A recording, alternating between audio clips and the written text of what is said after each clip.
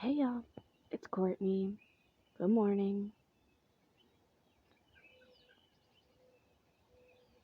So, I was just laying here this morning.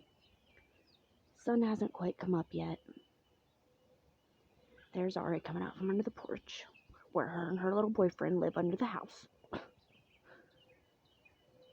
But I was thinking, listen to the birds. Listen to the beautiful nature sounds going on all around us. The world is still coming into spring. The birds are still happy. The bees are still buzzing.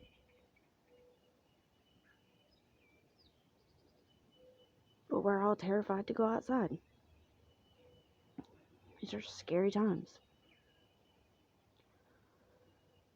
Anyways, hope you guys are safe today. I hope that you're as happy as can be. I hope you have everything you need. I hope you're able to stay inside or stay, close to home. And I hope you're healthy.